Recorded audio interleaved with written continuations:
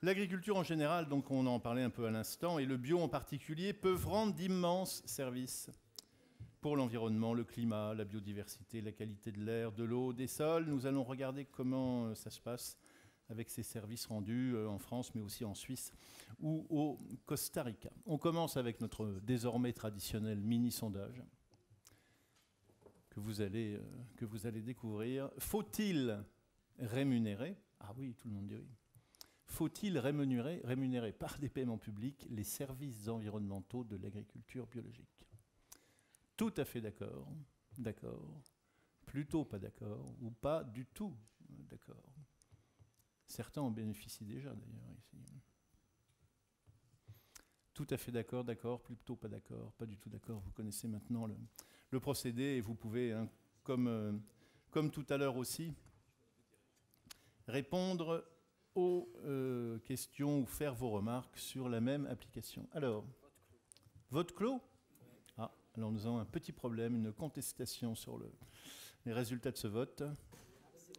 Ah, c'est bon? Ah, d'accord. Très bien. Bon, excusez-nous. Je vous présente plus précisément nos invités. Vincent Martinet, économiste, directeur de recherche à l'INRA. Il va nous expliquer ce que sont ces paiements pour services environnementaux. Pascal Olivier, responsable de l'antenne romande de BioSuisse, la Suisse où il existe un système de paiement depuis 1993. Il y a de l'argent là-bas, c'est pas une légende. Franck Solacrou, directeur du département qui est tout au bout, ressources en eau et milieux aquatiques de l'agence de l'eau Adour-Garonne, bassin très agricole avec 15% de bio en plus. Enfin Marie Beuchet, fermière au Costa Rica et cofondatrice ou fondatrice de l'association de producteurs bio Naturalba qui bénéficie, comme d'autres producteurs au Costa Rica, de certaines aides de l'État, pas suffisamment, mais un peu. Vincent Martinet, on commence donc avec vous, pour bien comprendre de quoi on parle en fait. Hein. Quelle place pour l'agriculture bio aussi, entre autres, hein, on écoute vos réponses, on écoute votre présentation. Alors, je voudrais juste préciser, puisqu'on nous a posé la question, est-ce qu'on va pouvoir se procurer les slides qui ont été projetés lors des différentes présentations? La réponse est oui, vous pourrez le faire à partir de la fin de semaine sur le site de l'agence bio, tout simplement. Donc à partir de jeudi, vendredi, vous pourrez récupérer toutes les présentations. Vincent. Merci. Donc, oui, voilà. Ça a été reformaté. Donc, je me suis posé la question, est-ce que l'agriculture biologique est concernée par les débats actuels sur les paiements pour services environnementaux dans l'agriculture? Et si oui, comment? Donc, de quoi parle-t-on? Donc, pour commencer, qu'est-ce que sont les paiements pour services environnementaux? L'agriculture génère, en plus des produits marchands, des externalités. Elles peuvent être environnementales ou sociales. Donc, qu'est-ce qu'une externalité? Une externalité, c'est une conséquence sur un tiers des activités de production. Ça peut être positif ou négatif. Par exemple, lorsque l'agriculteur, en cultivant ses produits, entretient les paysages, il génère une externalité positive, une aménité environnementale. Lorsqu'il utilise des intrants chimiques tels que les pesticides ou les engrais minéraux, il peut générer des externalités négatives par la pollution. En général, ces externalités ne sont pas prises en compte par la personne qui prend la décision. Donc l'agriculteur, dans son calcul de production, ne va pas forcément prendre cela en compte. Et le résultat, c'est que socialement, il y a trop de pollution et il n'y a pas assez d'externalités positives. Et donc ça justifie une intervention du régulateur pour favoriser les externalités positives et diminuer les externalités négatives. Donc il y a plusieurs façons de faire. La réglementation est la première, hein, interdire certaines molécules, réglementer leurs usages. Ou alors ça peut être aussi de manière indirecte, c'est-à-dire conditionner certaines aides à des bonnes pratiques. Ou alors, de manière beaucoup plus simple pour les externalités négatives, taxer les émissions de gaz à effet de serre, taxer les utilisations de produits polluants. Et à côté de ces choses-là qui vont toucher tous les agriculteurs de la même manière, on a des choses qui sont beaucoup plus contractuelles, de gré à gré, volontaires, que sont les paiements pour services environnementaux. Et donc l'idée, c'est de faire en sorte que quelqu'un, de manière volontaire, puisse aller au-delà de la réglementation et fournir plus d'externalités positives contre paiement. Donc les mesures agro-environnementales sont un exemple de ces paiements pour services environnementaux. La difficulté dans la définition d'un tel outil, c'est la définition d'une situation de référence. Parce que lorsqu'on définit une situation de référence, en quelque sorte, on définit des droits de propriété. Prenez le cas de la pollution des eaux. On pourrait prendre comme situation de référence une eau non polluée par les nitrates. Dans ce cas-là, la solution, ça serait de taxer fortement l'utilisation des nitrates. Or, ce n'est pas le cas. Là, on a un niveau de pollution seuil. Pareil sur les pesticides. La situation de référence, c'est que les agriculteurs ont le droit d'utiliser des pesticides. Et vous voyez que mettre en place, formaliser cette situation de référence, ça va conditionner qui est-ce qu'on doit taxer et qui est-ce qu'on doit payer. Donc c'est assez important, parce que si vous prenez le principe pollueur-payeur, quand on parle des externalités négatives de l'agriculture, théoriquement, on devrait taxer les agriculteurs, leur faire payer le coût social de la pollution. Si on prend un état de référence qui est de dire les agriculteurs, on peut s'attendre légitimement que dans leur activité, il y a un peu de pollution, donc on tolère un certain niveau. Dans ce cas-là, on va payer les agriculteurs qui sont meilleurs que le niveau de référence. Donc on aurait un système bénéficiaire-payeur où la société paierait un fournisseur qui, lui, serait récompensé. C'est un peu l'idée des paiements pour services environnementaux. Donc je mentionne ici les aides publiques dommageables à la biodiversité, qui sont nombreuses et comme ce matin en ouverture on a parlé de la biodiversité et de ses liens avec l'agriculture, oui. Une des façons de préserver la biodiversité, c'est d'éviter les distorsions des prises de décision pour éviter que l'activité agricole ne fasse porter trop de poids sur la biodiversité.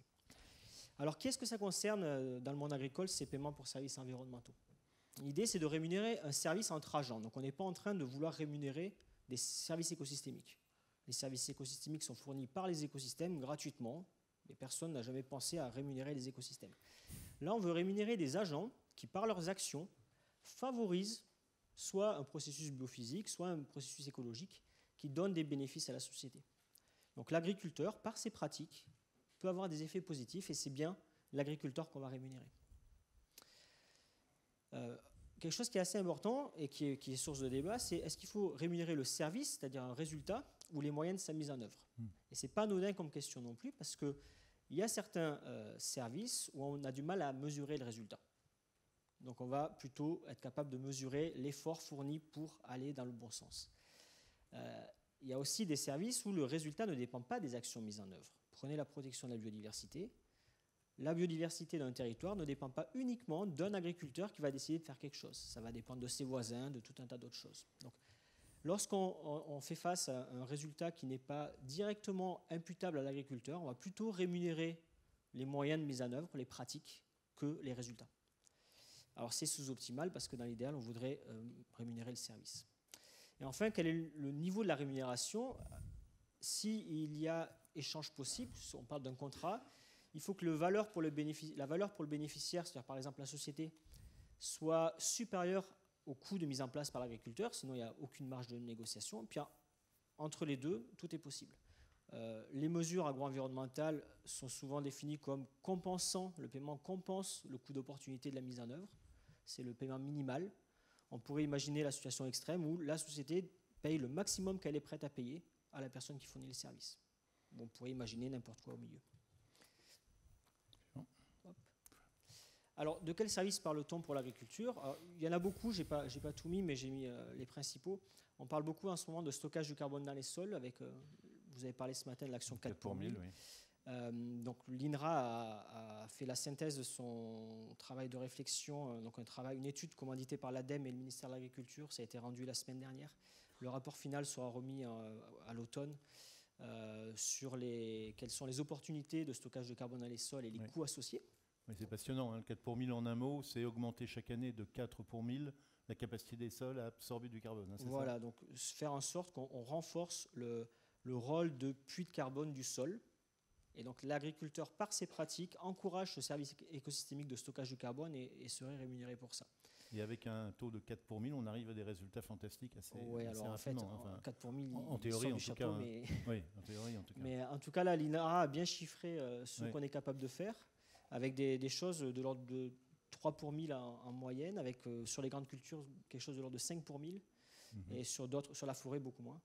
Mais il y a des choses intéressantes. Alors les coûts, par contre, ils sont très hétérogènes. Ça peut être des coûts négatifs, des actions qui rapporteraient de l'argent à l'agriculteur, et des coûts qui sont exorbitants. Oui, Donc il ne faut même pas discuter.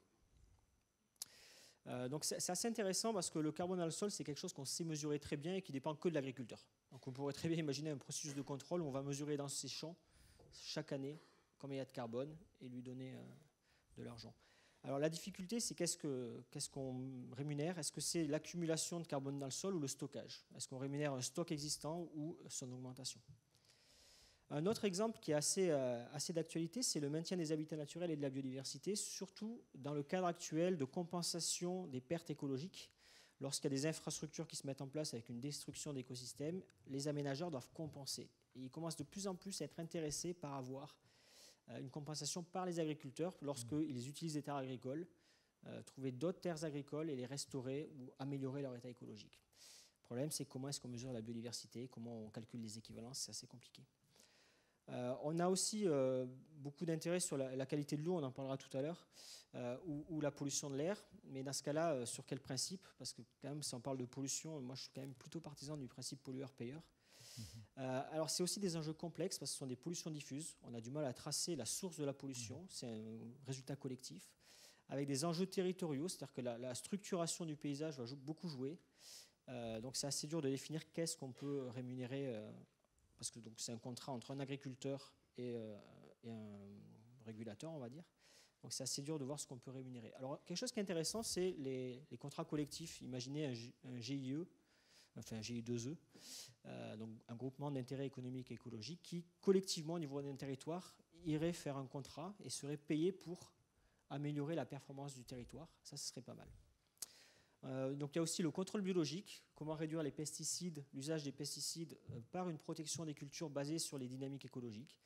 Là, c'est encore le même enjeu d'avoir une structure paysagère qui va permettre ce contrôle biologique.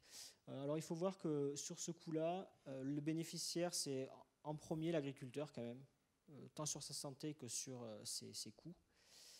Et en second, la société via l'effet santé des pesticides. Après, j'ai listé aussi les aménités paysagères, mais c'est plus compliqué à définir. Alors, est-ce que l'agriculture biologique est concernée par ces paiements pour services environnementaux? Alors, je ne sais pas si vous vous rappelez, mais j'avais mis un petit point d'interrogation au début de ma présentation. On aurait pu interpréter ça comme un oui, mais en fait, c'est un non, sauf si. C'est ce qui est encore. C'est juste pour être polémique. Très bien. C'est juste pour être un petit peu polémique. Très bio, le non, sauf si. Qu'est-ce que l'agriculture biologique? C'est un label. Il faut bien voir ça, c'est un label adossé à un cahier des charges avec des choses obligatoires qui sont contrôlées et qui correspondent à une promesse au consommateur. Et ça se concrétise comment? Par une prime sur le marché. Alors, je dois faire mon mea culpa, je mange bio, donc voilà. J'achète une promesse qui est associée à des valeurs, mais aussi à l'idée d'avoir le moins possible de pesticides dans mon assiette, donc plutôt sur ma santé. Sachant que les effets environnementaux sont très complexes à mesurer. À côté de ça, il y a des principes auxquels la France, d'ailleurs, on parlait de l'hétérogénéité des labellisations en Europe. Oui. La France, historiquement, est attachée à des principes de l'agriculture biologique très forts sur une certaine vision de la production agricole. Ces principes, ils orientent les pratiques. Ils sont vers l'autonomie des exploitations, le bouclage des cycles, la diversification des cultures, une certaine approche équitable, mais c'est volontaire, c'est non contrôlé. Ça peut être mis en place, mais c'est source d'autres bénéfices qui sont environnementaux et sociaux, mais ce n'est pas dans le label. C'est plutôt quelque chose qui vit à côté, mais c'est pas une promesse du label. D'ailleurs, on a parlé tout à l'heure de l'agriculture bio-intensive. Voilà. Qu'est-ce que vous entendez par non contrôlé? Excusez-moi. Il n'y a rien dans le cahier des charges bio qui impose une autonomie des exploitations, un respect des cycles. On peut être en monoculture et avoir le label bio. On peut apporter de la matière organique extérieure. Il y a plein de façons de faire du bio. Et dans ce cas-là, ces principes-là, ils sont associés à des valeurs qui vont être valorisées par d'autres mécanismes que le label bio. Donc ça peut être des bénéfices directs pour l'agriculteur qui va être plus autonome, plus résilient. Ça peut être la vente par les circuits courts. Ça peut être d'autres labels comme des labels sur la biodynamie, des choses comme ça. Alors du coup, est-ce que l'agriculture biologique devrait être payée pour ses services environnementaux? Moi, ma réponse est que l'agriculture devrait être payée pour ses services environnementaux et que dans l'état actuel des choses, A priori, le label ne permet pas de différencier, le label bio ne permet pas de différencier les agricultures des agricultures conventionnelles en termes de services environnementaux. Je pense qu'il y a une très forte corrélation entre l'agriculture bio et les bonnes pratiques qui vont fournir des services écosystémiques, mais ce n'est pas le label qui va les garantir. Tout d'abord parce qu'il n'y a pas de modèle unique de l'agriculture biologique, tout comme il n'y a pas de modèle unique de l'agriculture conventionnelle. Les effets positifs de l'agriculture biologique vont dépendre de l'externalité considérée, du type de pratique mise en place. Donc c'est des choses qui vont être contingentes à une exploitation et pas à une typologie donnée par le label. Les services écosystémiques fournis vont différer en fonction de l'assolement, des pratiques, des infrastructures écologiques, des voisins, de choses qui sont très territorialisées. Ces pratiques ne sont pas spécifiques à l'agriculture biologique. Quand on parle d'agroécologie, on pourrait avoir des gens qui ne sont pas labellisés parce qu'ils ne veulent pas être labellisés, etc., mais qui sont tout aussi vertueux en termes de services environnementaux et qui pourraient aussi prétendre à des paiements pour services environnementaux. Donc la conclusion, c'est de dire, je pense que les agriculteurs biologiques font la course en tête pour la fourniture de services écosystémiques, mais que le label seul ne doit pas être une raison de payer pour des services écosystémiques moyens de l'agriculture biologique. Si on regarde le rapport de l'ITAB sur les bénéfices, j'ai mis la référence, voilà, sur la quantification et le chiffrage des externalités de l'agriculture biologique, on voit qu'en fait, souvent, ils disent ça dépend. Ça dépend des pratiques, ça dépend du contexte, ça dépend de plein de choses. Et donc, le diable étant dans les détails, moi, je suis pour un paiement pour services environnementaux dans l'agriculture, mais en fonction de ce qui se passe dans chaque exploitation, sur chaque territoire. Ce qui va un peu contre la simplification des choses, parce que c'est vrai que s'il y avait juste le label et qu'on donnait l'argent, ça serait plus facile. Mais ça serait injuste pour les agriculteurs vertueux qui ne sont pas bio, et injuste envers les agriculteurs bio qui font beaucoup d'efforts, et à côté qui ont des agriculteurs bio qui ne font pas d'efforts. Voilà. Merci beaucoup.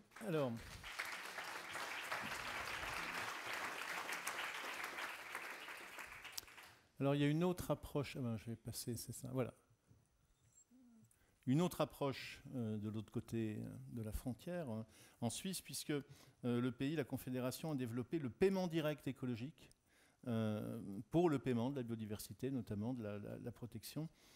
Pascal Olivier, je rappelle que vous êtes responsable de l'antenne romande de Bio Suisse, qui est un peu l'agence bio version helvétique, on peut dire ça comme ça.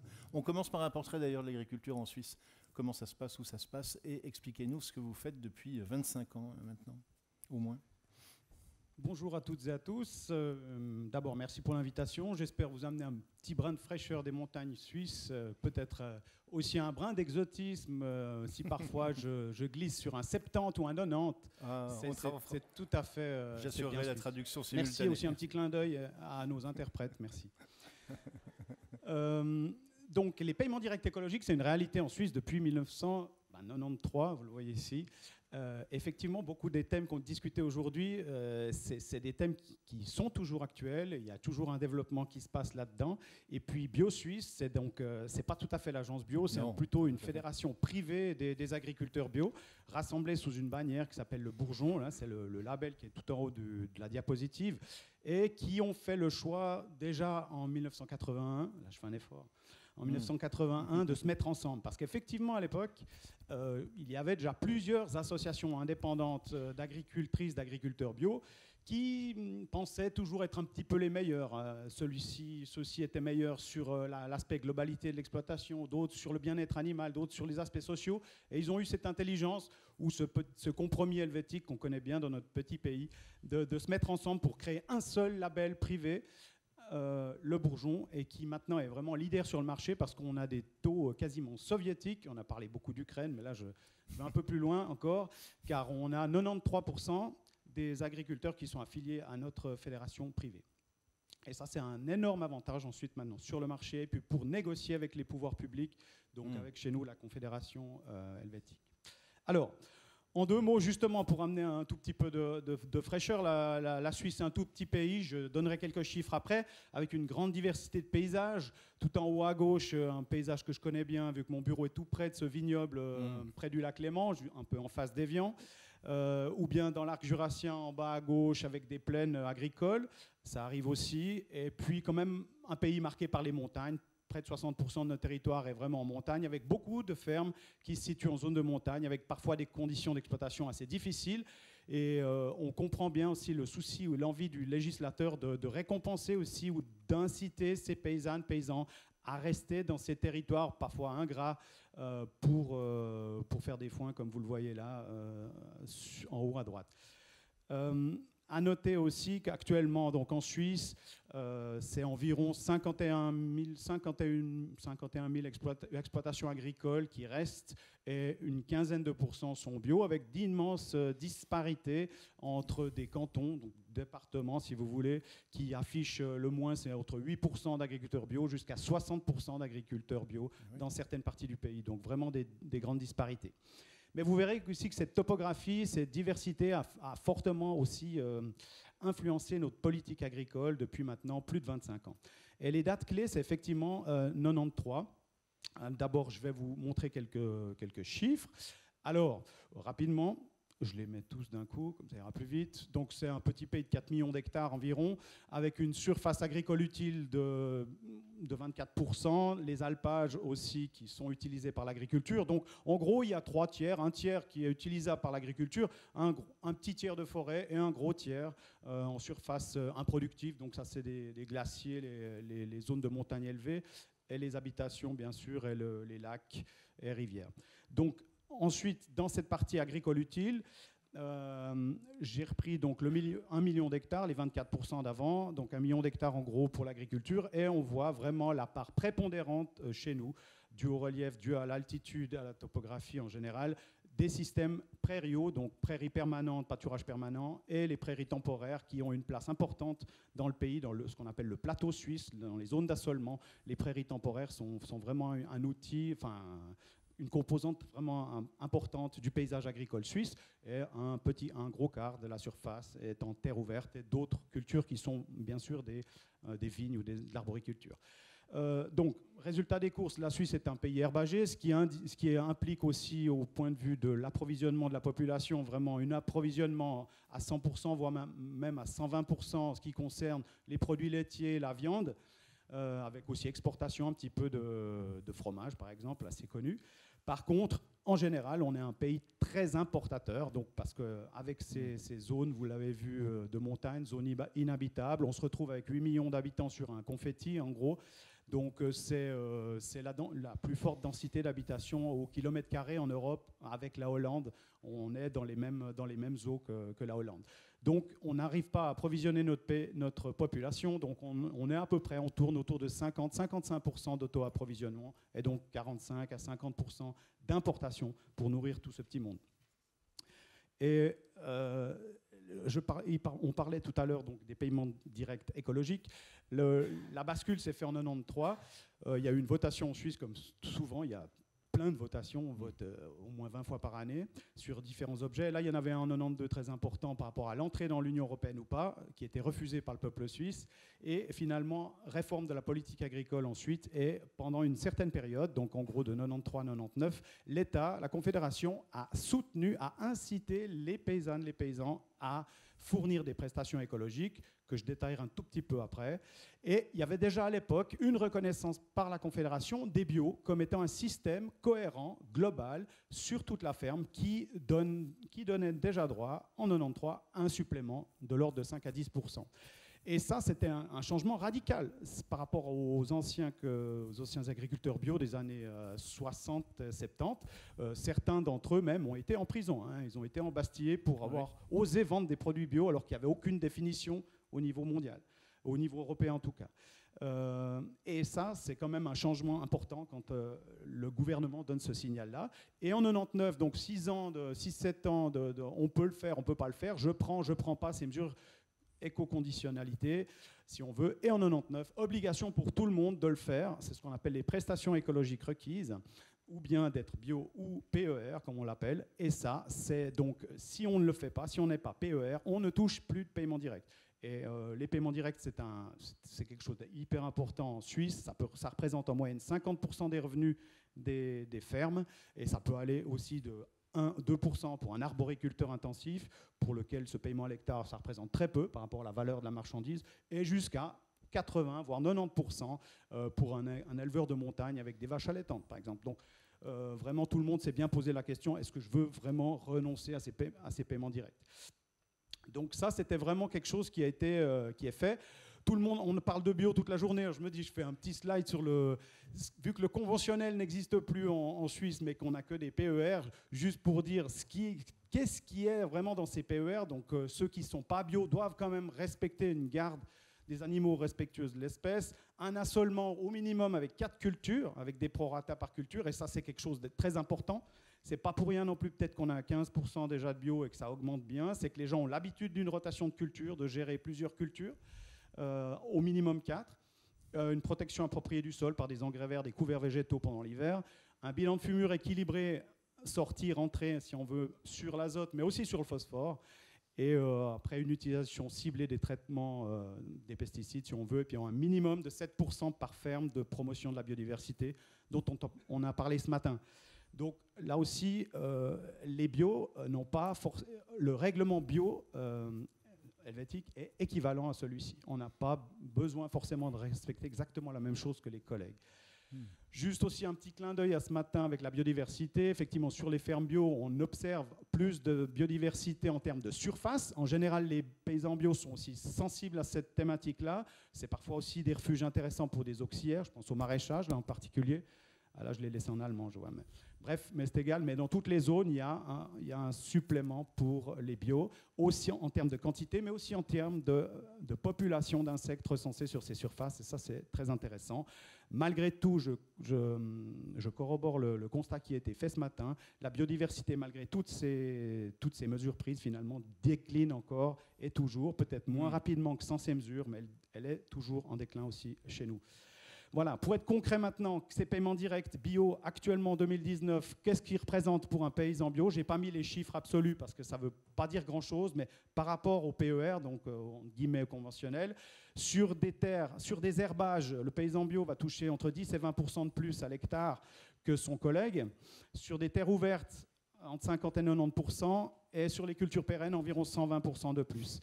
On voit là le souci du législateur. De l'herbe, on en a assez. On ne veut pas donner non plus un faux signal. On a assez de lait, on a assez de viande. Par contre, les grandes cultures, on en manque. On importe beaucoup. Enfin, presque plus rien de France, d'ailleurs, et je m'en réjouis aussi. Ça veut dire que la France consomme ses produits bio. Oui. Il y a encore 15 ans, 20 ans, on recevait aussi, vous avez cité tout à l'heure, on recevait aussi des lots de blé français, par exemple, ce qui n'est plus le cas actuellement. Donc on voit là une volonté d'encourager ces systèmes de terre ouverte. Et puis les cultures pérennes, où là, même les 120% de primes par rapport au conventionnel ou PER ne changent pas grand-chose. C'est vraiment la valeur c'est le marché qui va décider si oui ou non on fait de l'arboriculture bio ou pas. Ce n'est pas les quelques centaines de francs de paiement direct en plus. Globalement, ce qui peut vous paraître bizarre à la fin, 2% du budget, donc environ 50 millions pour les 40-45 millions d'euros pour les paiements directs bio, parce qu'il y a plein d'autres paiements directs que tout le monde touche, comme les paiements directs pour la biodiversité, justement pour la pente, des soutiens des cultures particulières, etc. Donc voilà actuellement. Et les animaux, il n'y a aucune différence en bio et en conventionnel par rapport aux paiements directs. Pour terminer, nous aussi, on se pose des questions. La réglementation européenne change. La brave Suisse aussi se pose plein de questions sur plus d'éco-conditionnalité, sur encore plus de paiements directs qui incitent à réduire les pesticides. Là, par exemple, pour récompenser ces démarches-là, j'en ai mis une ou deux j'en ai mis une qui est déjà apparue tout à l'heure d'ailleurs, les aspects de TVA. Nous, ça nous semble absolument scandaleux à BioSuisse, que les produits phyto soient taxés qu'à 2,5% chez nous. En tout cas, c'est le cas. Je ne connais pas les taux pour la France.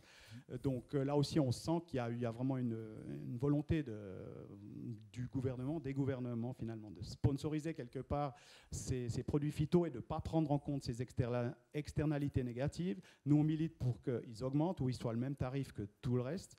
Et puis j'ai mis en gras la dernière chose. Chez nous, on a un pays vraiment assez libéral, on va dire. Le bio, c'est quand même du centre-droite, on va dire. Les paysans aussi, on le sent bien dans les assemblées, c'est des entrepreneurs. Et on a vraiment souci des fois que l'État, par ses paiements directs écologiques, ne se substitue pas trop au marché. C'est quand même au marché, c'est quand même aux consommateurs, aux grossistes et aux acheteurs de faire aussi un effort et de montrer, oui, le bio a un prix.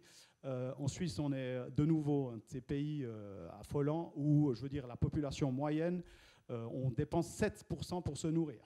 Si on regarde il y a 50 ans, on était presque à 40% du budget pour se nourrir, et maintenant on passe à 7%. C'est clair qu'on a des revenus élevés, mais malgré tout, même en passant tout en bio, je veux dire, les gens dépenseraient peut-être autant qu'un Français ou qu'un Italien pour se nourrir. Voilà. Merci beaucoup pour votre attention. Merci. Je vais reprendre le tableau. Voilà. Merci beaucoup.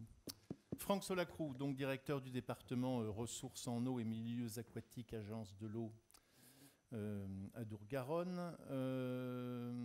C'est un secteur très rural, hein. Il faut le préciser. 50% du territoire et la qualité de l'eau est évidemment très très liée à cette activité agricole. Oui, tout à fait.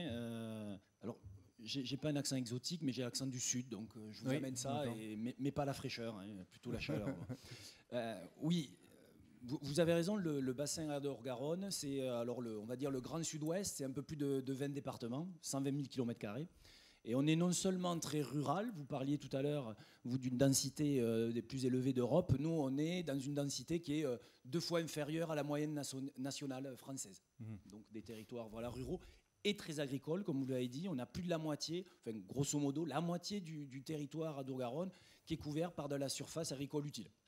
Donc il en découle le pendant de ce qu'on peut avoir, c'est-à-dire que l'eau est très dépendante de son circuit sur ces bassins versants. Et donc derrière, aujourd'hui, on a des problématiques de phytosanitaires, de nitrates dans nos rivières qui impactent la qualité de l'eau potable, mais également le respect de la directive cadre sur l'eau qui nous demande d'avoir le bon état des eaux à l'horizon 2027.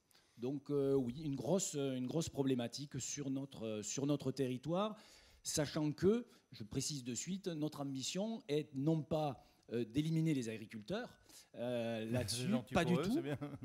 Non, mais vous voyez, on a 1/5 du territoire national, on a 1/3 des exploitations agricoles qui sont sur notre bassin.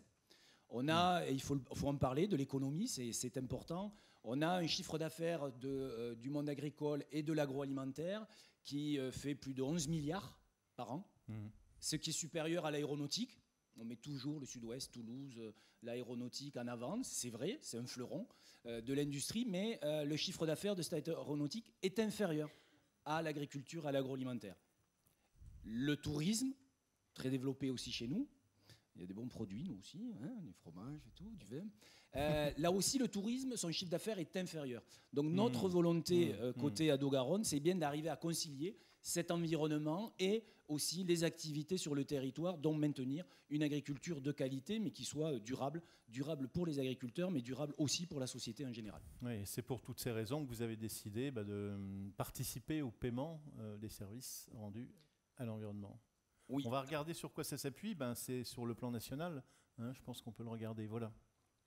Voilà, alors je ne reviendrai pas sur les mesures, on va dire, plus du curatif, hein, tel que vous l'avez pu tout à l'heure l'évoquer, à savoir mettre en place des mesures pour réduire les phytosanitaires. Là, l'expérimentation du PSE, qui fait partie du plan interministériel sur la biodiversité, c'est de pouvoir expérimenter avant la PAC 2020 une mesure qui nous permettrait de rémunérer effectivement ces externalités positives. Donc sur notre bassin, il nous semblait évident qu'en 2019, quand bien même il n'y avait pas de dispositif national aujourd'hui qui soit notifié à l'Europe, de pouvoir travailler sur Dour-Garonne sur un tel dispositif et s'engager dès 2019 sur des premiers paiements aux agriculteurs.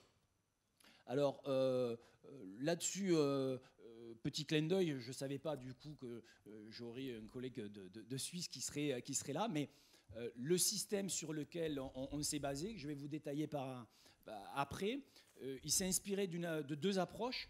Une de Basse-Autriche sur les systèmes agricoles à haute valeur naturelle et également sur les prestations écologiques que vous avez requis qui étaient en Suisse. Donc on a repris certains indicateurs pour pouvoir s'inspirer et arriver à faire quelque chose qui soit quand même simple, parce que voilà, il s'agit de mettre en place des aides publiques et il s'agit de trouver aussi un dispositif qui nous permette, au travers d'indicateurs, de ne pas passer trop de temps non plus à aller chercher de la donnée, à traiter de la donnée et derrière faire des paiements qui n'iraient pas directement aux agriculteurs. Donc on a, puisqu'on est une agence de l'eau, donc notre souci c'est l'eau et la biodiversité, désormais, biodiversité avec l'élargissement aussi de la loi biodiversité qui nous a donné cette compétence. On s'est engagé, nous, à travailler sur ces zones à enjeux hauts, travailler avec les services de l'État, avec les régions, avec la profession agricole, avec aussi les associations de protection de la nature, pour essayer de trouver un compromis sur des zones de notre bassin qui soient bien ciblées, parce qu'on n'a pas des moyens non plus extensifs financièrement, trouver des moyens bien ciblés qui nous permettraient de trouver des exploitations qui soient vertueuses, on va le dire. Et je rejoins ce que vous disiez tout à l'heure, même si nous envisageons un paiement qui va être à l'exploitation, c'est bien d'avoir une démarche qui s'engage dans une démarche collective, avec une animation collective qui nous permettra effectivement de ne pas avoir un agriculteur qui soit par-ci par-là dans le bassin d'Eau-Garonne, mais dans nos zones à enjeu, une approche collective avec plusieurs agriculteurs et un collectif on va dire, dans le meilleur des cas, qui puisse s'engager sur ce dispositif. On regarde des indicateurs ? Oui, voilà. Je crois que c'est le plus concret. Là-dessus, au-delà de nos zones à enjeu, on a essayé donc de travailler sur trois indicateurs qui nous semblent aujourd'hui refléter un petit peu justement ces externalités positives dans leur ensemble. Donc le premier, vous le voyez, c'est une diversité d'assolement. Donc pour vous dire, 3 indicateurs, ils seraient notés pour nous sur 10. Chacun, au bout du bout, une exploitation serait notée sur 30. Au niveau de l'assolement, grosso modo, vous avez des pénalités si vous avez une culture qui représente plus de 10% de la surface de votre exploitation. Donc dans l'absolu, on va faire simple, 100 hectares, ce n'est pas ce qu'on a sur notre bassin. En moyenne, on a des exploitations qui font 50 hectares. Mais on va faire simple, 100 hectares, il faut avoir 10 cultures sur l'exploitation si on veut avoir la note de 10. Si on manque de diversité, eh bien, on a une note qui est dégressive et qui peut tomber, lorsqu'on est en monoculture, à 1 sur 10. Extensivité des pratiques. Deux paramètres vont être regardés. Les pesticides, forcément. On est aussi, nous, en cohérence avec les plans nationaux, comme Ecophyto 2. Donc, on regarde à une utilisation la plus faible possible de pesticides. Alors, je fais le lien avec le bio. Là encore, je rejoins là-dessus. Ce n'est pas un paiement pour services environnementaux pour l'agriculture bio. Ce paiement est destiné et ouvert aujourd'hui à tous les types d'agriculture, sauf que, vous allez le voir, avec les différents critères, les bio auront justement des atouts pour pouvoir avoir ce score qui permettra d'arriver à ces paiements, notamment sur l'extensivité des pratiques, puisque sur les pesticides, on regarde bien les produits de synthèse. Donc un bio aura une note sur l'extensivité des pratiques de 10 sur 10. Là-dessus. Sachant que dans notre système, pour être, parce qu'on le veut le plus vertueux possible, on a des critères d'exclusion.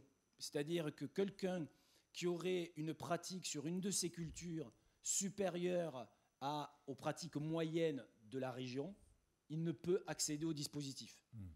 Et pour pouvoir avoir des premiers points sur cet indicateur 2, il lui faut avoir une utilisation de 50 fois moindre à l'IFT régional. Donc les critères d'entrée sont relativement exigeants. L'azote, c'est l'azote minéral, et c'est en rapport avec les cultures, puisque dans notre idée aussi, quand je disais approche collective, enjeu biodiversité, et la question était tout à l'heure, est-ce que c'est sur les zones qui sont les plus impactées par les produits phytosanitaires qu'on agit, ou est-ce que ça serait dans les zones les plus vertueuses, les plus en amont chez nous, où on a une eau de qualité? On a choisi de se situer entre les deux, c'est-à-dire sur des zones de transition, là où on voit, notamment sur des types d'exploitation de polyculture élevage, qu'on voit disparaître année par année. On a des données, on va dire, chiffrées, très, très, très fortes, qui montrent que ce type d'exploitation, où il y a un petit peu d'élevage, là-dessus, disparaît. Donc on voudrait pouvoir aussi maintenir ce type d'exploitation. Vous le verrez, la rémunération qu'on va amener, ce n'est pas ça qui va faire qu'on va pouvoir les maintenir, mais c'est un signal politique fort qu'on veut donner aussi sur les territoires. Donc l'azote, sur cette extensivité, c'est l'azote minéral. Et dès que sur une prairie, on met plus de 50 unités d'azote minéral, à ce moment-là, vous ne pouvez même pas accéder au système PSE. Vous cumulez des points que si vous avez une fertilisation inférieure. Pardon, sur la diversité des assolements, j'ai oublié de dire, bien sûr, si on peut avoir une monoculture, si on peut appeler ça, c'est quelqu'un qui serait en prairie permanente, 100%, il a la note bien sûr de 10 sur 10 et pas 1 sur 10.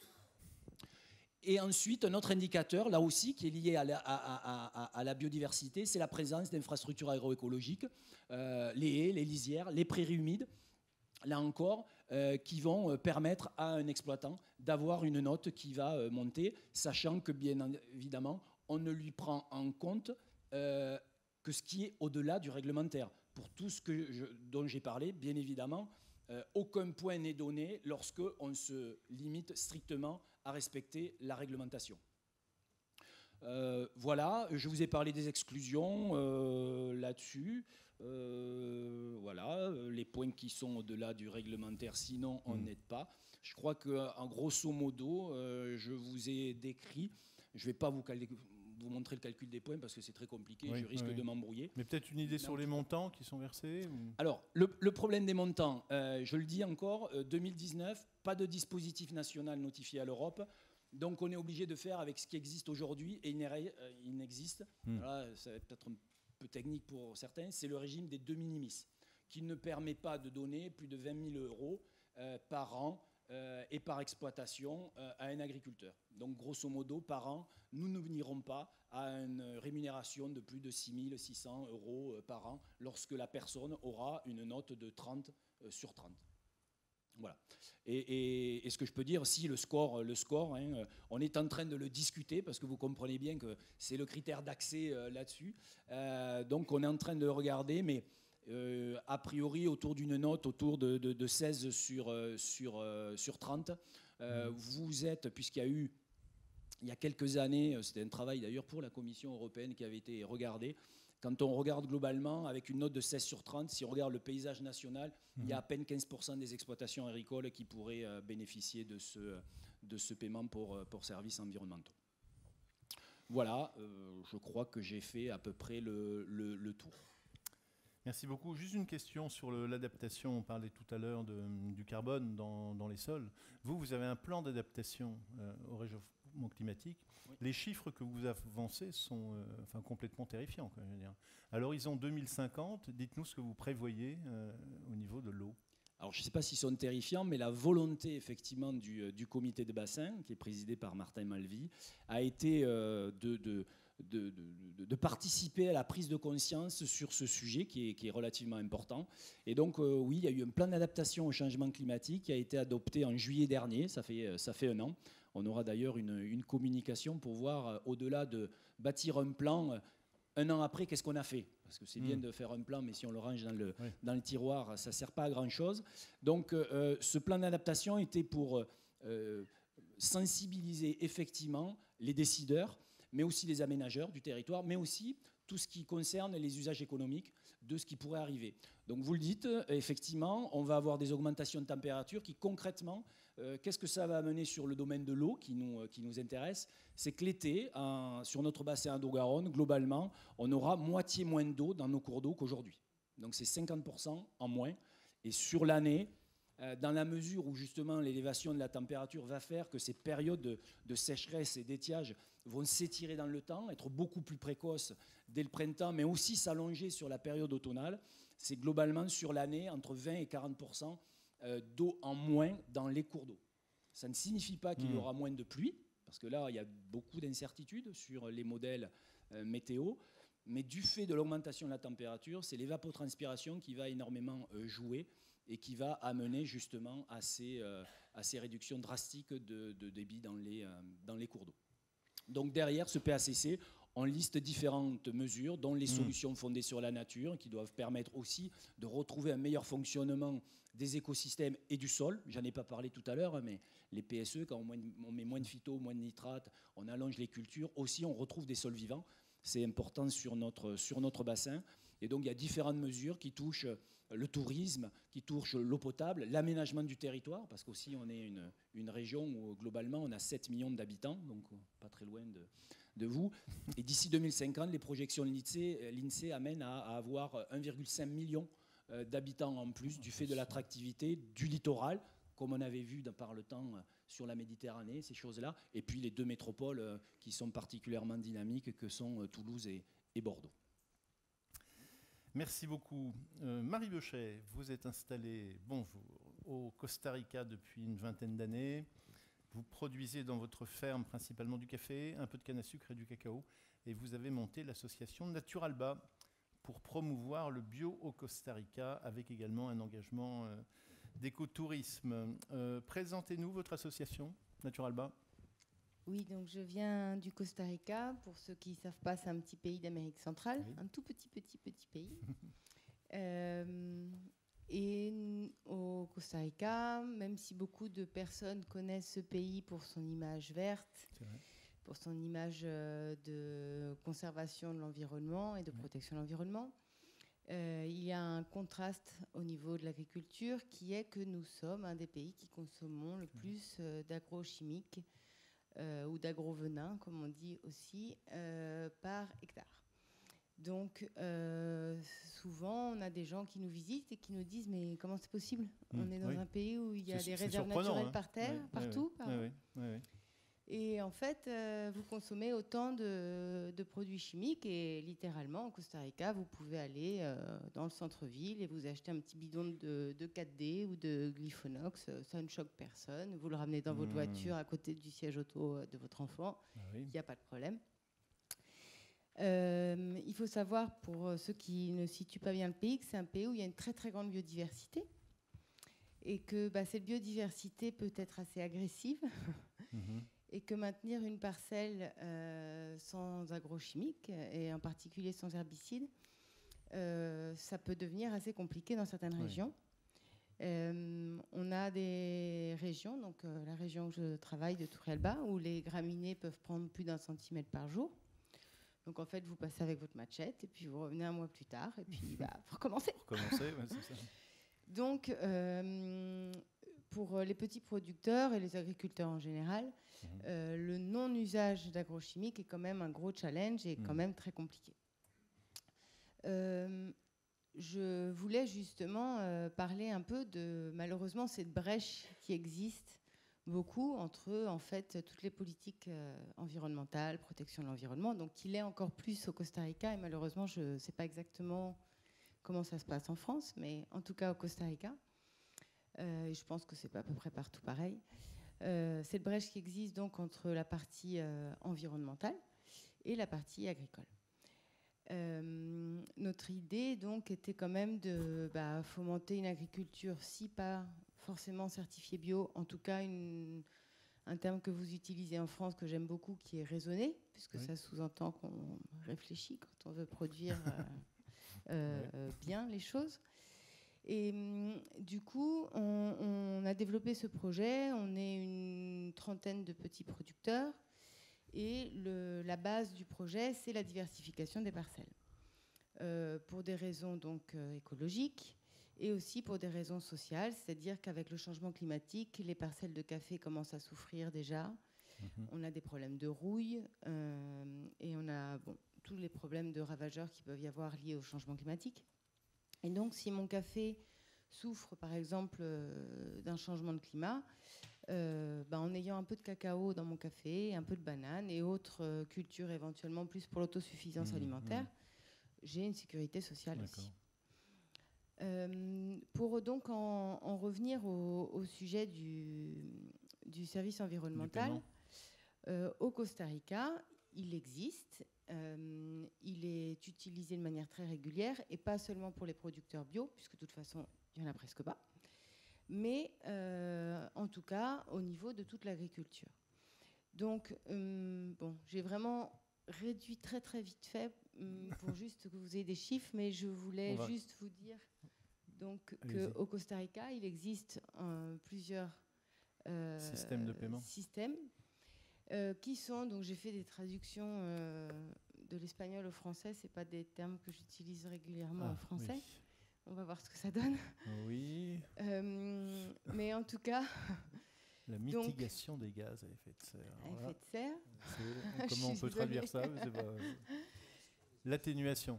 Atténuation. Mitigation, l'atténuation. L'atténuation Voilà. des gaz à effet de serre. Il y a un programme, par exemple, au Costa Rica, où une des principales cultures, donc, en termes de contamination et de production de gaz à effet de serre, c'est le café. Autant pour sa production, puisque, donc, comme nous l'avons dit, on utilise plein d'agrochimiques, mais aussi au niveau de sa transformation. Et donc, il y a de plus en plus d'instituts et d'aides du ministère de l'Agriculture qui vont aider dans le secteur du café, que ce soit au niveau de la formation des petits producteurs, au niveau de la transformation ou de l'amélioration des techniques de transformation du café et du séchage du café, et éventuellement même de la commercialisation. On parlait tout à l'heure de l'exportation, etc. Il y a des projets qui étaient en train de se mettre en place pour faire voyager quelques containers de café en voilier. Donc ça veut quand même dire qu'il y a une conscience. C'est des jolis projets, ça fait rêver. Donc tout ce qui est lié au niveau agriculture et transformation des produits. Ensuite, il y a les ressources hydriques, ça semble assez évident, la protection de la biodiversité, donc beaucoup avec les réserves, etc., et la protection du paysage. Ça, ce sont au niveau des services environnementaux reconnus au Costa Rica, les différents domaines où on peut appliquer. Au niveau donc des producteurs, ce que nous connaissons tous, c'est vraiment le paiement pour les arbres et pour la protection des espaces de forêt. On regarde voilà. les différents systèmes. Donc, je vous ai détaillé un petit peu, je suis désolée, il y a des chiffres partout, mais c'était pour qu'on puisse avoir un montant total. Donc, en général,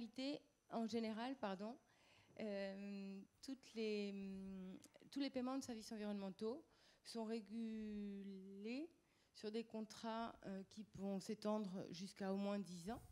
Enfin, de moins, mais jusqu'à 10 ans. De 5 à 16, et les paiements vont se faire sur seulement la première partie du contrat.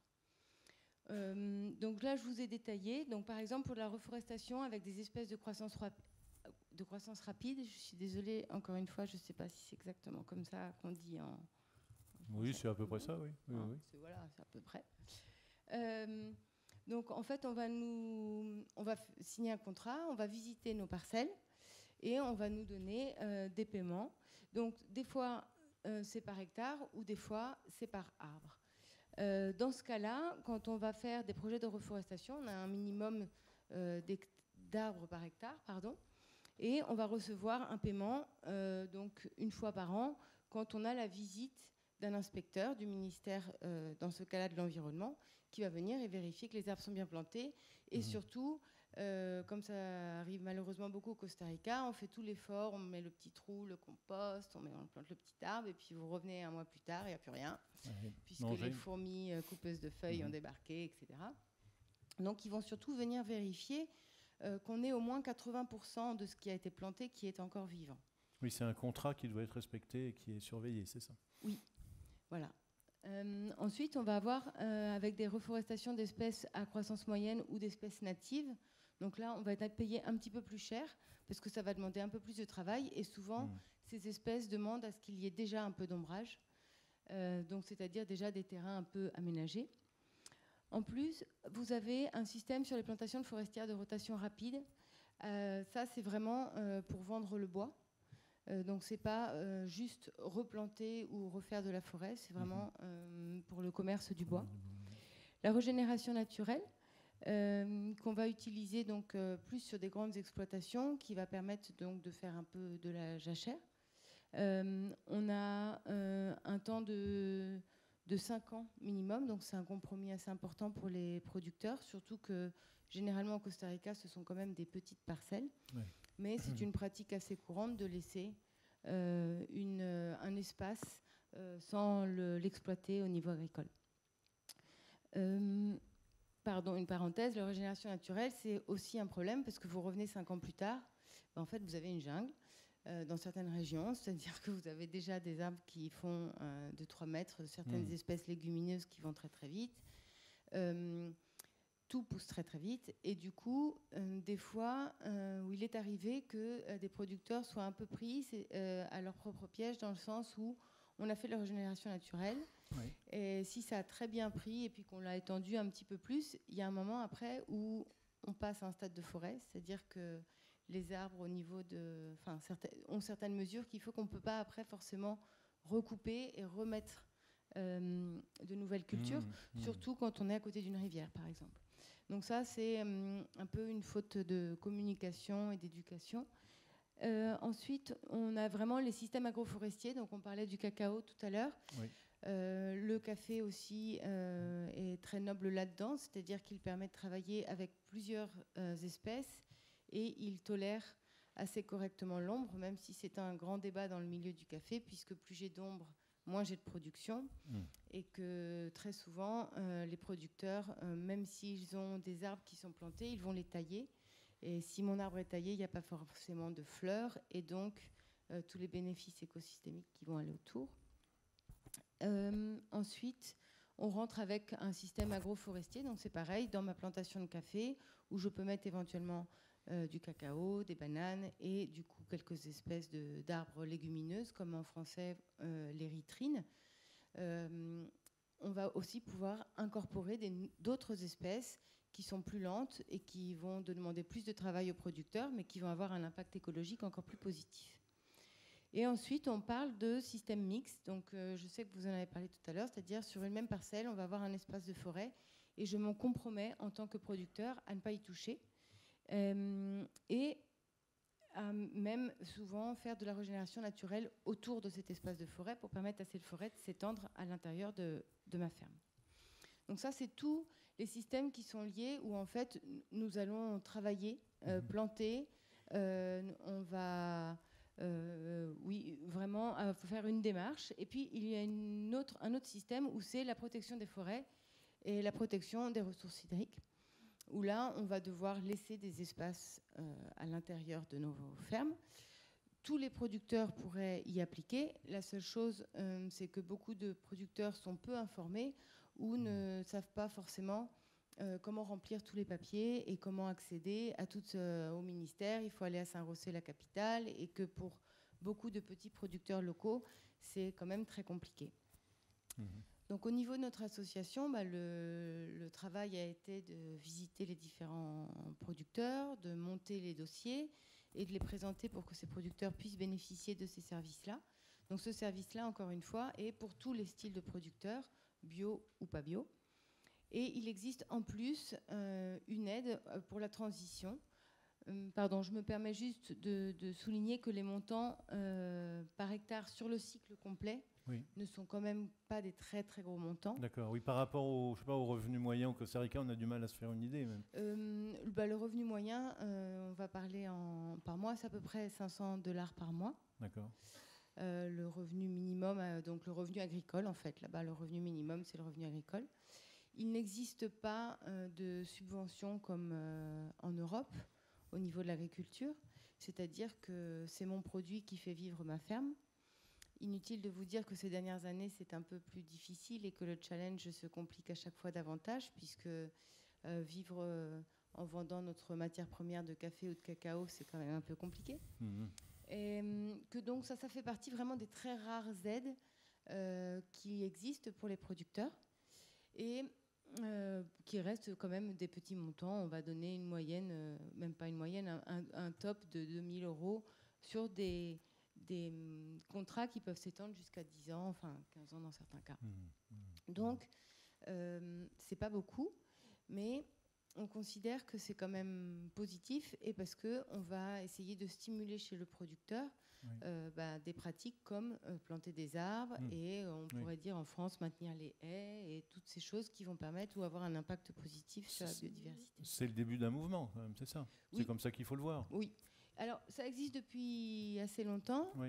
On est dans un pays où les gens sont très cool. Tout est très pura vida, on dit là-bas. Non. Alors du coup, même si on a envie de plus de changements et que ça aille plus vite, oui, non. C'est rythme. C'est un autre rythme. Je voulais aussi vous dire qu'il existe pour les producteurs qui sont en transition, du coup une petite aide financière aussi, mais que ça reste très minime. On parle de donc les 3 années de transition d'à peu près $1 000 par hectare, un truc comme ça. Donc pour moi, l'important aujourd'hui est, en dehors de ce détail donc, que je vous ai transmis, qui permet, là on a un exemple, où on voit le café avec ces érythrines dont je vous ai parlé, qui sont des légumineuses, et des cultures de plein soleil comme la canne à sucre. Aujourd'hui, au Costa Rica, on commence à avoir des producteurs qui vont planter certains arbres à l'intérieur des champs, qui vont faire toutes les haies vives ou les haies coupe-vent autour aussi des plantations. Et c'est de plus en plus soutenu. On essaye vraiment d'avoir des formations avec les producteurs. Nous, en tant qu'association, mais sur les 2-3 dernières années, le gouvernement, d'être en contact direct avec les producteurs et de soutenir ce genre d'initiative. La seule chose, c'est que ce que je voulais un peu, le message que je voulais dire, c'est que très souvent, et je suis un peu choquée aujourd'hui, parce que je pense qu'on l'a dit plusieurs fois, que l'agriculture bio, c'est juste ne pas mettre d'intrants chimiques. Et je suis un peu surprise, je l'avoue, parce que je trouvais que justement c'était une critique que je faisais, c'est-à-dire qu'à chaque fois on sépare trop la partie agricole et la partie environnementale, et que je considère que ce soit de l'agriculture raisonnée ou de l'agriculture bio, il faut quand même le considérer comme un service environnemental, parce que si je veux faire du bio ou de l'agriculture raisonnée sur plusieurs années, du long terme, et avoir des parcelles dynamiques et autosuffisantes pour la future génération, je suis obligée de relancer la biodiversité de mon sol, de relancer toute l'agroécologie qu'il peut y avoir autour, et quand même de réfléchir à des systèmes beaucoup plus complets et à des processus de diversification. Et je trouve qu'on a quand même souvent cette tendance à séparer les deux. Je trouve que ce serait vraiment bien que ces systèmes se mettent en place en France. Je ne sais pas exactement ce qui se fait. Et je comprends bien et j'adhère qu'on ne puisse pas juste dire que c'est pour les bio et exclure davantage une agriculture raisonnée qui est des fois plus consciente que des producteurs bio qui le font peut-être encore pour le business. Mais je pense que c'est quand même important qu'on intègre tous que quand on fait de l'agriculture raisonnée ou de l'agriculture bio, c'est pas juste pour ne pas manger un produit libre d'agrochimiques. Je trouve ça très réducteur de se dire je mange du bio juste pour ça. Sinon, parce que quand même, il faut sauver la planète. On n'en a qu'une. Oui, aussi. Et que ce serait bien qu'on fasse du bio aussi pour ça et surtout pour ça. Oui, mais c'est une question qu'on a abordée quand même. Vous avez raison, je veux souligner, en tout cas, y compris l'aspect social du bio ou sociétal qu'on a bien développé depuis ce matin. Voilà, merci beaucoup. On va commencer à regarder les questions.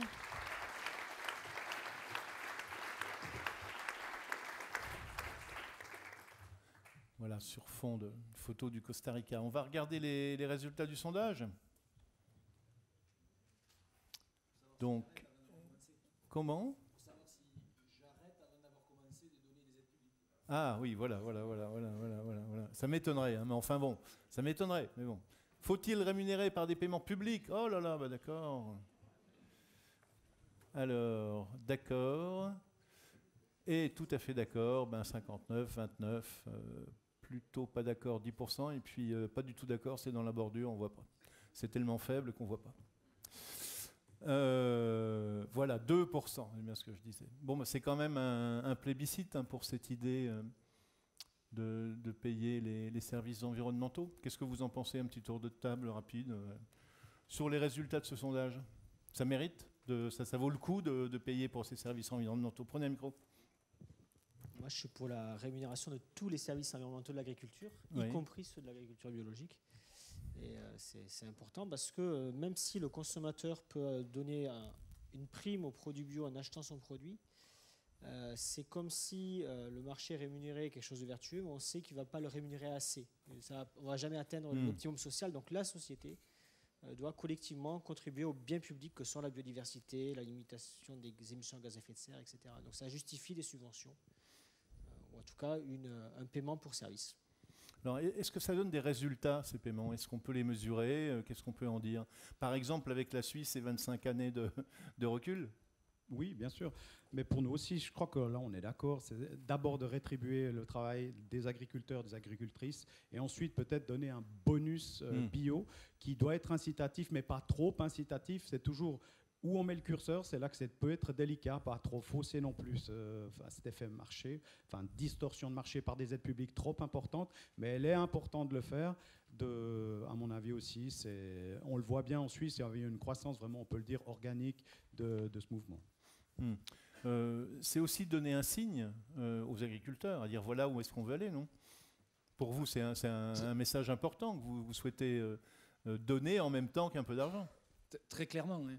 J'en ai pas parlé tout à l'heure. Hein. On essaie de me faire monter en valeur, en compétences, mais avec les 3 volets, comme on vient de le dire. C'est effectivement l'environnemental, le social et l'économique. Oui.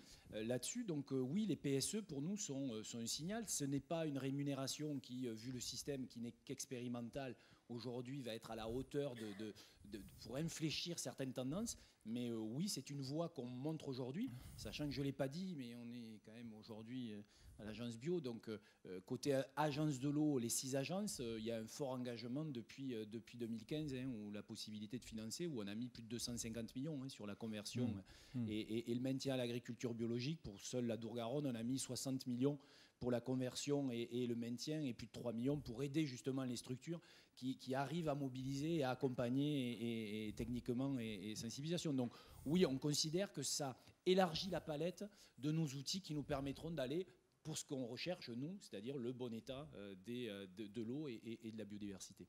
Marie, vous nous parliez de cette exigence environnementale aussi autour du bio. Hein. Est-ce que dans un pays comme le Costa Rica, les agriculteurs réagissent, commencent à échanger sur ces questions-là, sur la protection de leur environnement directement ?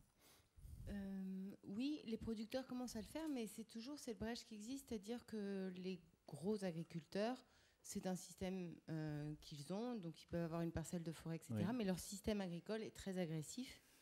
Après, il y a des espaces protégés, mais vous pouvez avoir une même personne qui va avoir un espace protégé et travailler une agriculture très agressive et sans vraiment se poser de questions. Et c'est pour ça que je pense que c'était important tout à l'heure quand on disait pollue, paye, mais aussi fait un effort, motive, parce que des gens qui vont mettre plus de haies pour avoir un nid, par exemple, de pollinisateurs, enfin un nid, une réserve biologique quelle qu'elle soit, hein, je ne sais pas les bons termes, désolé. Mais en tout cas, c'est un effort. Il va devoir arrêter son tracteur, faire demi-tour, ou même dans nos champs de canne, quand ils sont obligés de dévier un petit peu, etc. Et donc, je trouve ça très bien qu'évidemment pollue paye. Ce qui me fait peur, c'est que y en aura toujours qui auront assez d'argent. Et aussi reconnaître un effort, pas du tout là vraiment que le bio, parce que comme vous l'avez dit aussi, il y a des producteurs bio qui ne sont pas là pour sauver les petites abeilles et qui veulent faire des gros sous, mais qu'on essaye de motiver aussi, parce que c'est quand même un secteur où on fatigue et on a l'impression de devoir toujours faire plus de choses, donner plus de preuves, tout se complique. Et j'imagine que sinon on perçoit ça là-bas, ça doit l'être encore plus ici.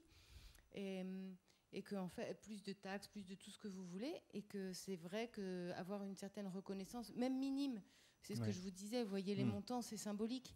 Mais ça a quand même permis, oui, que beaucoup de producteurs disent, moi je refais mes haies. Et en fait, c'est pas forcément la taille du montant, mais c'est juste quand même un moyen de reconnaissance pour ces gens qui font des efforts. Alors, parmi les questions, peut-on durablement penser cette question des PSE à la seule échelle des exploitations? Sinon, quelles entités sont pertinentes? Donc, PSE, paiement pour services environnementaux, hein, voilà, j'arrive. Est-ce qu'il y a une autre échelle que les exploitations? Ça dépend des services. Clairement, les forestiers sont centraux dans beaucoup de services, que ce soit carbone, biodiversité, qualité des eaux. Et après, tous les gens qui ont des terrains, en gros, ça passe par la terre, donc il n'y a pas que tous les propriétaires fonciers.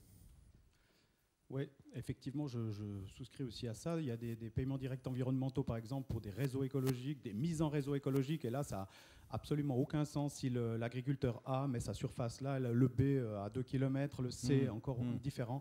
Là, vraiment, il y a un travail sur un territoire ou une entité biologique importante pour aussi un effort de coordination de ces surfaces pour qu'elles fassent un effet sur les espèces cibles qu'on vise. Marie ?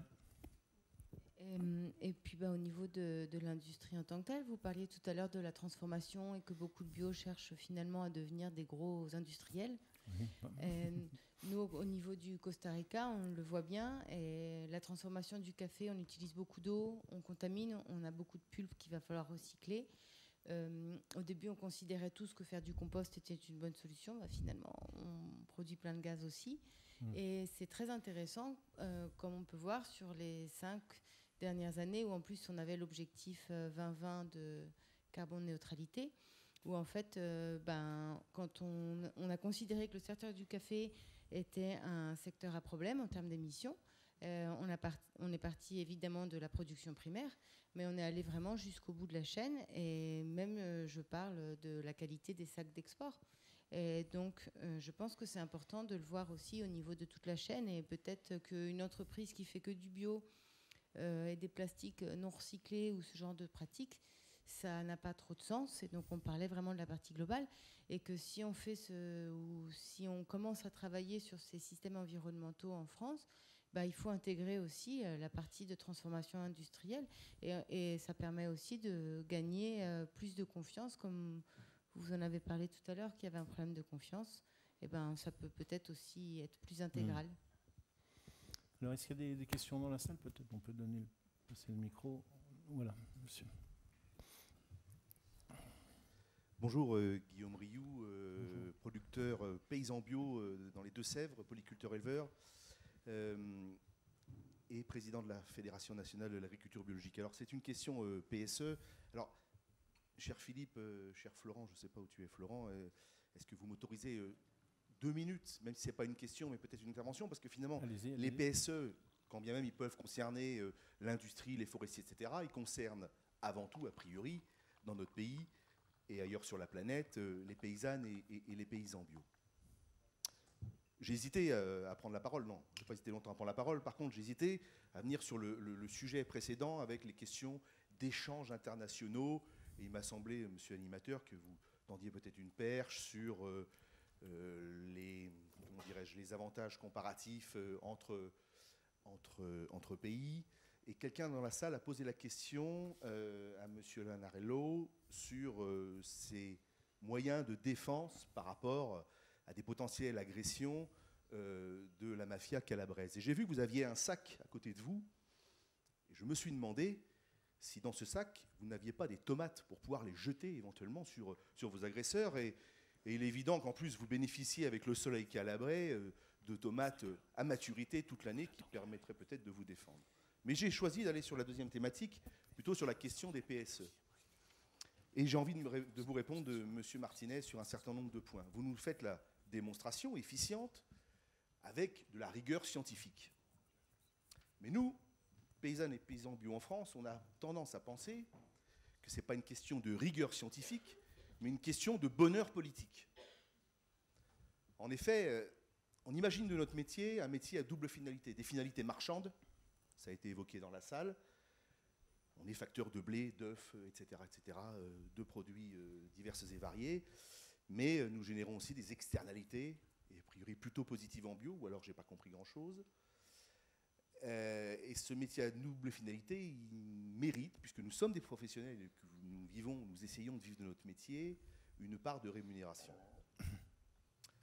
Ça, c'est le premier élément, et il est central. Et puis le deuxième élément est que nous considérons que dans, effectivement, la bio, et on l'a vu toute la journée, il y a de nombreux acteurs. La bio est un marché, mais elle n'est pas seulement un marché, elle est aussi un projet de société, et que ce projet de société, il doit être garanti par des acteurs publics, par l'action publique, qu'elle soit au niveau continental, à travers la politique agricole commune, et j'y reviendrai peut-être dans ma conclusion, par le niveau ministériel, étatique, voire transministériel, par l'État dans ses formes décentralisées, État, demain peut-être intercommunalité lorsqu'on parle de protection de l'eau potable, les collectivités locales que sont les agences de l'eau, bref, une multitude d'acteurs qui peuvent intervenir sur ce schéma d'action publique, et ça nous paraît assez essentiel. D'ailleurs, si on se rappelle un petit peu, c'est vraiment un projet politique, puisque c'est une promesse de campagne présidentielle de 2017 d'intervenir sur les PSE. Donc il y a vraiment des possibilités pour nouer vraiment ce métier à double finalité, des finalités marchandes et des finalités non marchandes. Ça nous paraît assez essentiel et nous aurons dans les mois, les semaines qui viennent, au sein de la plateforme Pour une autre PAC, avec 38 organisations paysannes, citoyennes, protection de l'environnement, etc., des propositions concrètes à faire pour l'évolution de la prochaine PAC, où les PSE pourraient devenir, en remplacement, à travers l'éco-scheme, le premier pilier de la PAC, une partie importante, prépondérante, pourquoi pas, dans le premier pilier, mais aussi à travers le deuxième pilier, et notamment sur les interventions plus localisées, les agences de l'eau, les régions. On pourrait aussi imaginer des PSE territoriaux, mais il faut être vraiment ambitieux, et c'est vraiment une question d'ambition politique, quand bien même aujourd'hui, nous n'arrivons pas à chiffrer quelles sont les aménités, quelle est la valeur d'une coccinelle sur une fleur, mais finalement, cette coccinelle, et Madame Bechet, vous l'avez dit, elle vaut tout l'or du monde. Dès lors qu'on arrive à chiffrer le prix de l'or, on doit pouvoir arriver à chiffrer demain aussi le prix d'une coccinelle, et du moins ça ne devient plus un chiffrage scientifique tel que vous l'avez, c'est normal, c'est votre métier, mais un chiffrage politique, et ça sera l'objet sans doute d'une prochaine négociation dans les différentes politiques publiques agricoles. En tout cas, nous, paysannes et paysans bio, on y est très attachés, des finalités marchandes, des finalités non marchandes, parce que c'est de l'aménagement du territoire, c'est de l'emploi, c'est de la santé publique, c'est de la protection écosystémique, etc., etc. Voilà. Donc on a une idée vraiment de projet de société qui dépasse les questions marchandes. Merci. Merci.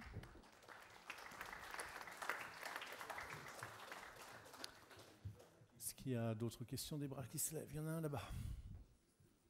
Un peu plus haut. Oui, on peut répondre, oui, bien sûr. Oui. Je suis tout à fait d'accord et je pense justement que c'est cette agriculture biologique paysanne qui est la mieux placée pour rendre les services environnementaux. Il faudrait faire attention qu'il n'y ait pas un développement industriel avec le label AB qui capte de la subvention publique sans service. On est tout à fait d'accord.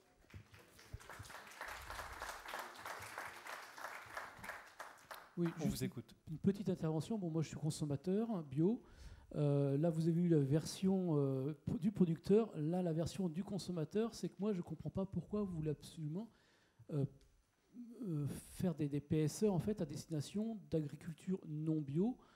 Parce qu'en tant que consommateur, moi, ce que je veux, c'est le label, en fait. Hein. Moi, je vais dire que j'y connais rien. Bon, c'est un peu... Hein. J'y connais rien. Ce que je veux, c'est le label AB ou l'Eurofeuille, point final. Donc, si vous commencez, en fait, à rémunérer de l'agriculture, même pas trop sale, enfin, je veux dire, voilà, ça sert à quoi ? Ça sert à quoi pour nous, consommateurs ? C'est nous qui, quelque part, décidons avec notre billet, notre carte bleue. Enfin, je veux dire. Donc, moi, ce que je veux, c'est 100% de bio en alimentation et donc 100% de bio en agriculture sur le territoire français et européen. Enfin, soyons fous. Enfin, voilà, quoi. Oui, bon. Oui, allez-y. Alors là, vous confondez le consommateur et le citoyen. En tant que consommateur, vous avez votre billet et vous allez acheter votre 100% de panier bio. Après, en tant que citoyen, vous voulez que toute l'agriculture française soit bio. Mais c'est différent. En fait, le consommateur paye le label. Et il paye une promesse, il paye un produit sans résidus, il paye ce qui est avec le cahier des charges. Et il paye peut-être aussi une promesse d'une agriculture plus respectueuse de l'environnement, d'une certaine manière. Mais la société peut aussi vouloir payer pour quelque chose qui va au-delà de la demande marchande. Parce qu'à côté de tous les consommateurs qui veulent du bio, il y a plein de consommateurs qui ne veulent pas du bio. Or, la société dans son ensemble peut vouloir plus de bio que la somme des consommateurs qui veulent du bio. Et c'est pour ça que la réglementation, les pouvoirs publics doivent accompagner les services écosystémiques que rend le bio, mais que rendent aussi d'autres formes d'agriculture. Parce que quand vous dites « je veux du bio », en fait, vous ne voulez pas du label, vous voulez le cahier des charges, en quelque sorte. Vous ne voulez pas le tampon, vous voulez les bonnes pratiques. Et ces bonnes pratiques, elles ne sont pas rendues que par le label.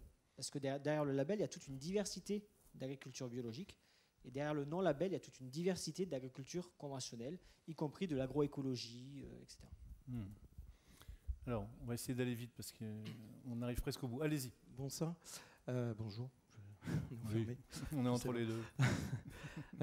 Oui, une remarque un petit peu du consommateur citoyen également. Parce qu'on voit beaucoup de débats déjà sur ce qu'il faut être bio et local, Je sais qu'il y a peut-être aussi Nature et Progrès, qui est un label qu'on ne mentionne pas du tout aujourd'hui, qui est... Alors c'est normal, là, on est sur la conférence du label bio, mais je pense qu'on est un peu tous dans la même famille, non ? Qui peut peut-être un peu plus répondre à certaines de ces questions. Je tiens vraiment aussi à vous remercier, Monsieur Martinet, parce que je trouve ça hyper intéressant, ce sur quoi vous travaillez. En plus, on voit que ça fonctionne déjà dans certains pays ou dans certaines régions.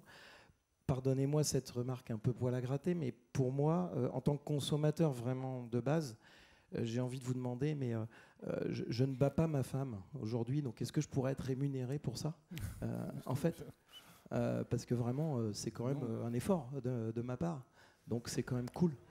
Oui.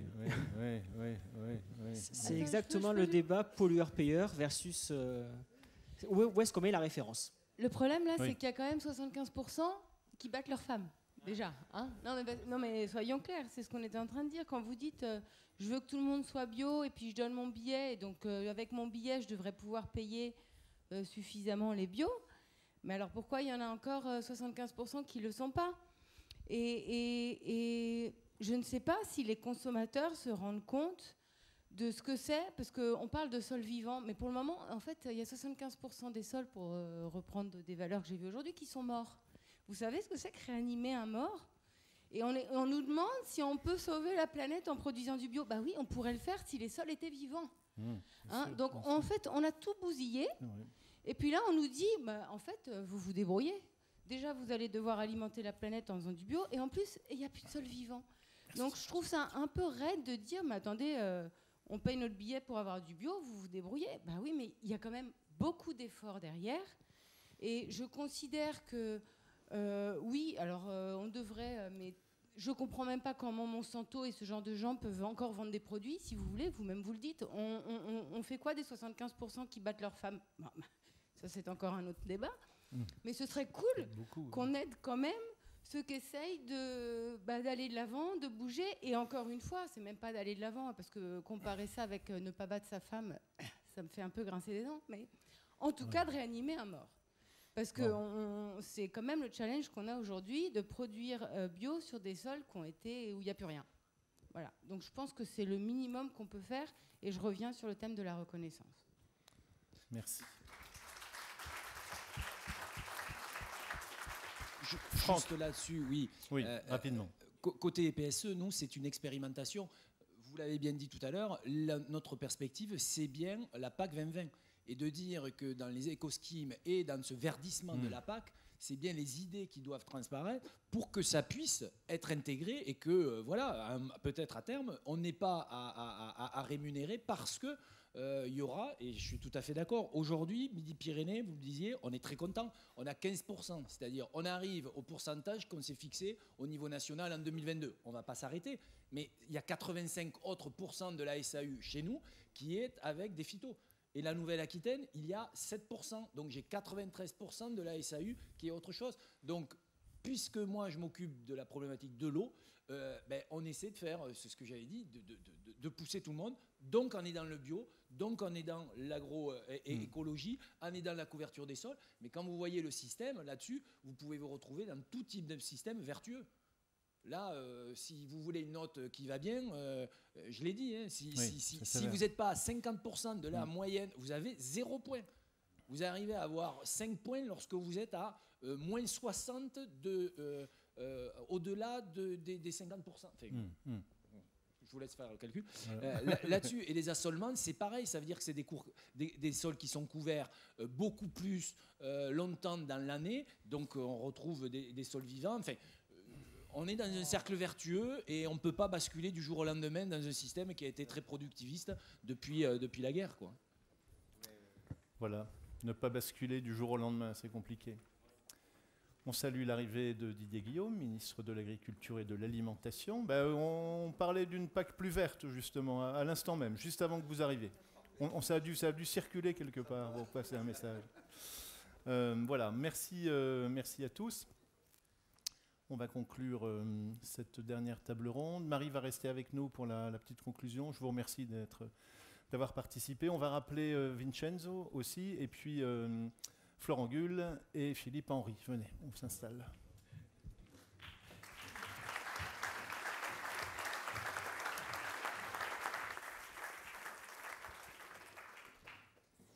Voilà, prenez un micro.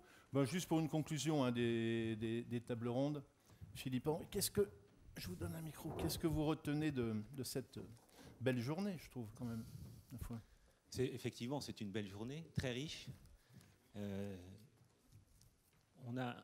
ne vais pas me lancer dans un résumé de la journée parce que c'est compliqué, hein, c'est très compliqué. Par contre, il y a peut-être quelques transversalités qui m'ont marqué. Et je voulais revenir sur un mot qui était coopération collective, parce qu'on a beaucoup parlé au travers des différentes interventions d'expériences collectives, d'expériences de coopération. Alors même si en Pologne, on a compris qu'on était dans un mouvement où on en avait eu un peu marre de la coopération, on avait un petit peu complètement été dans l'autre sens, et puis il y a des gens qui se battent pour revenir à des choses plus collectives, et puis ailleurs dans le monde, on a vu d'autres expériences collectives. Moi, je crois beaucoup que la bio, elle n'aura un avenir que dans le collectif, que quand les gens se rassemblent, font des choses ensemble, et ça, c'est un mot que j'ai retrouvé. Je suis vraiment agréablement surpris de cette tonalité qu'on a eue aujourd'hui. J'ai remarqué aussi qu'on l'a souligné à plusieurs moments, je ne vais pas dire un déficit de communication, mais une nécessité, un besoin de plus communiquer. Alors, sur différents sujets, hein, vis-à-vis des consommateurs, bien évidemment, vis-à-vis des pouvoirs publics aussi. Enfin, on avait besoin d'expliquer ce qu'on faisait de bien. Voilà, il y avait vraiment un besoin d'explication. Florent reviendra peut-être un petit peu, mais il y a vraiment un besoin d'explication. Et l'agence bio est placée là-dessus. Enfin, c'est une de nos missions. On a besoin aussi de mieux communiquer, de plus communiquer pour valoriser l'agriculture biologique. Et puis, on a souligné aussi les cohérences ou les incohérences quelquefois des systèmes. C'est important. L'agriculture biologique, ça doit être un système cohérent. Système cohérent sur les exploitations, mais aussi système cohérent finalement du champ à l'assiette. C'est important qu'on ait de la cohérence partout. C'est ce qui est un petit peu compliqué au jour d'aujourd'hui. On était une minorité, une très petite minorité quand on a commencé. Aujourd'hui, il n'y a plus besoin de convaincre de l'intérêt de la bio. Par contre, il y a besoin de continuer à travailler pour que le système reste cohérent. Et puis, il faut faire vraiment entrer la bio dans le 21e siècle. Alors je le dis parce qu'il faut qu'on rentre finalement d'autres problématiques. On les a évoquées aujourd'hui, les problématiques de biodiversité qu'on a vues ce matin, les problématiques de changement climatique, la question sociale, on l'a vu au travers des débats sur le prix, on le voit au travers des débats sur le commerce équitable. C'est tous des éléments qu'il faut qu'on rentre aujourd'hui dans notre réflexion. Et si on veut faire tout ça, c'est des vastes chantiers, très vastes chantiers. Si on veut faire tout ça, vraiment on a besoin de l'énergie de tous. Et nous, à l'Agence Bio, on compte vraiment sur vous tous, dans toutes vos fonctions diverses et variées, pour qu'on fasse progresser et avancer l'agriculture biologique. Merci.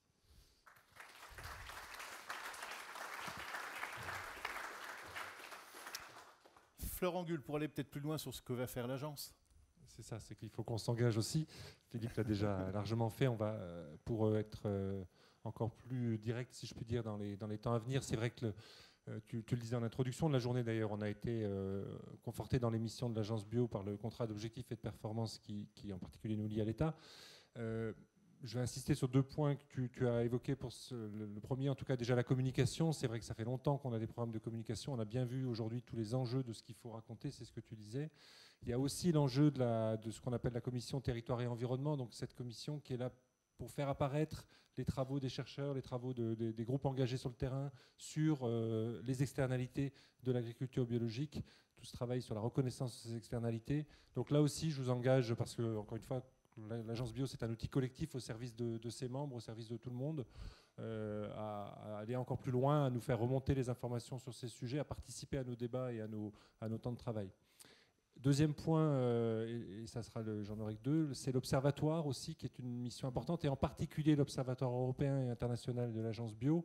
On a entendu la Commission européenne aujourd'hui, c'était passionnant de voir tout ce travail sur arriver à un modèle beaucoup plus uniforme. On a vu récemment des élections européennes où beaucoup de nos concitoyens ont participé aux élections, en tout cas plus que ce qui était annoncé, ce qui veut dire que finalement, on ne se désespère pas tant que ça peut-être de cette Europe, qui a une vraie volonté derrière. Donc on voit que ça avance, qu'on a un règlement européen qui va permettre d'aller encore plus loin, mais il y a aussi des enjeux de marché, de type de développement dans les différents pays d'Europe, de l'Union européenne et du monde.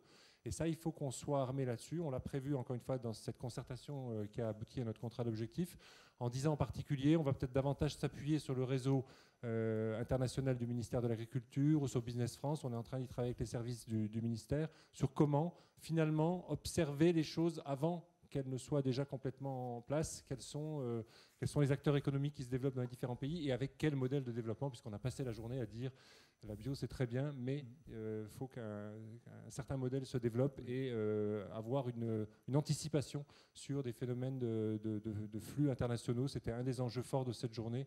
Donc là aussi, n'hésitez pas, ceux qui peuvent avoir des relais, des connaissances sur ce qui est en train de se passer dans certains pays, quels acteurs économiques sont en train de développer des choses pour qu'on ait une capacité, encore une fois, d'anticiper et de vérifier ces informations, parce que là aussi, l'information est parfois trompeuse. On entend dire des choses sur... et puis après, quand on va dans les pays voisins, on entend la même chose sur la France. Donc il faut aussi raisonner tout ça, poser tout ça, et se dire que ces modèles de développement, ils sont importants, qu'ils existent dans les différents pays, mais qu'on les connaisse. Voilà, je ne vais pas être plus long, parce qu'il y a une prise de parole importante de Monsieur le Ministre, et qui nous fait l'honneur et le plaisir d'être revenu rapidement de Luxembourg pour intervenir. Oui, donc je vais bien sûr.